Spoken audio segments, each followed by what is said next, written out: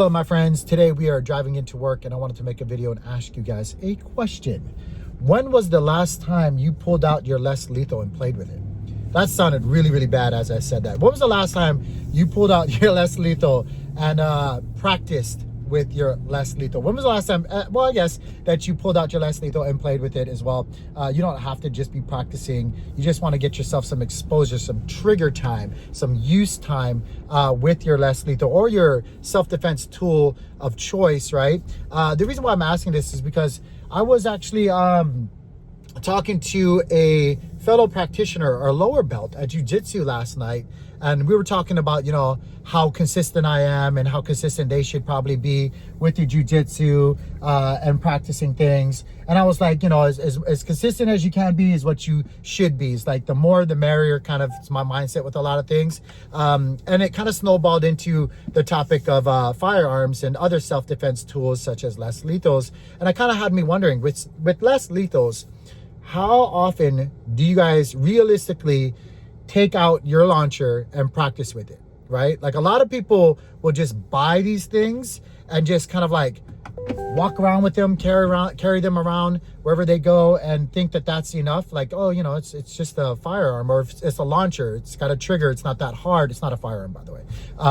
It's just a launcher. You can just pull it out just like a firearm and I'll be good. I can hit a target. I can hit somebody that's going to attack me and stuff like that. And that might be the case for some people, but for a lot of people, you'd be very surprised on how hectic and how crazy and chaotic things can get in a self-defense situation and how badly people freeze up in the situation, right? Even people who are practitioners of martial arts and stuff like that, like you might practice for years and years, never get into an altercation or a self-defense situation, and then the moment arises and like everything gets thrown out the window because you never practiced it.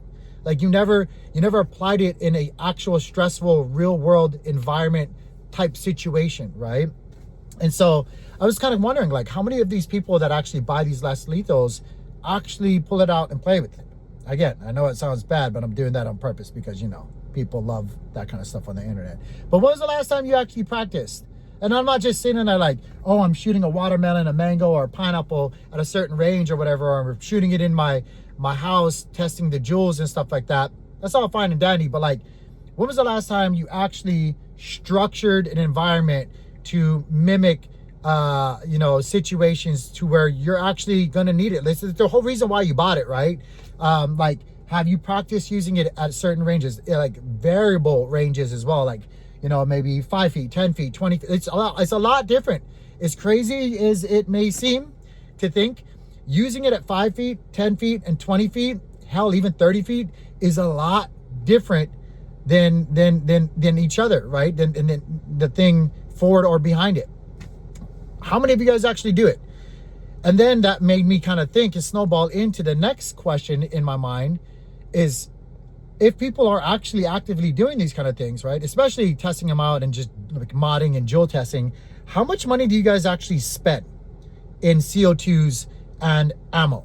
Like, I know a lot of us that actually like have the catches and stuff like that, or the makeshift catches that we have at home, we can like recycle our ammo. But even after a while, you should preferably probably be using fresh ammo, good ammo, not recycled ammo that's been shot a bunch of times. Even though you can, doesn't mean you necessarily should, right? Like, those things take damage. Even if they're striking like fabric or, you know, whatever barrier that you put up and stuff like that. Maybe it's hitting fruit and you're like, oh, I'm finding it, and like picking it up off the ground in your yard and stuff like that. Ideally, again, even if you rinse them off, you know, you check them, inspect them and stuff like that, they are taking damage. They are getting warped. They are being used. They are probably not the most ideal thing to be reshooting in your barrel over, or your launcher over and over again, damaging your barrel. So how much do you guys actually spend in replacing the barrel, cleaning, replacing your ammo, getting new CO2s? Because you can't refill CO2s unless you guys actually have those cool little modded tanks and stuff like that. You can't really replace those things. And by the way, that's another thing too. I'm kind of going on a really good rant. The coffee was really, my wife made the coffee today, and the coffee was way better than I usually make. But like, how many of you guys actually opt for refillable small containers or tanks in comparison to just buying CO2s over and over and over again. Those kind of things were running through my mind after having that conversation with this individual at last night's jiu-jitsu class. How much do people actually practice, and then how much does that actually cost to practice? I think somebody actually recently, yeah, they did. They made a comment where they wanted me to actually pull up like different cost variables or situations for like CO2 costs and ammo costs, like how much different it is for different combinations, and you know, maybe like for the average person who may practice twice a month and stuff like that. And I thought that was a really good suggestion. So I am going to be making that, especially after having that conversation last night and me kind of snowballing this whole video right now and ranting it through with you guys. I think that's a really good video for a lot of people to maybe hear, because some people might be buying these things and not really realizing like how expensive this hobby or tool to own is, to just upkeep and like stay you know, proficient and good with using this tool. It all has a cost, right? Like, it's not like you can just buy I mean, I guess you can just buy this thing, shelve it, and like never spend anything more on it. I guess you could, right? Ideally, you never actually have to use these self-defense tools. That would be the best thing in the world, if we actually never actually have to use a firearm or a self-defense weapon. You know, I wish we lived in a rainbow world, but we don't. So you probably should stay pretty proficient and you know, up to date with your firearm or your less lethal, and that's going to have a cost. So I don't know, was kind of just thinking about it, guys. Let me know in the comments down below, how often do you guys pull it out and play with it?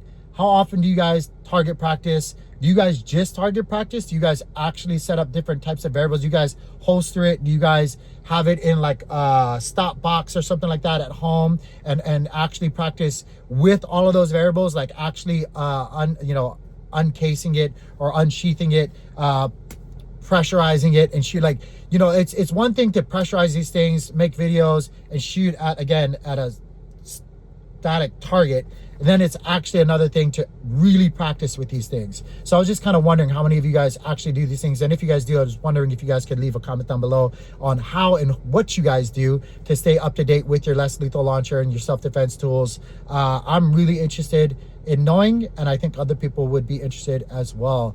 Let me know in the comments, guys. Don't forget, like, subscribe. It really goes a long way. Me love you long time. Me love you long time. Pieces.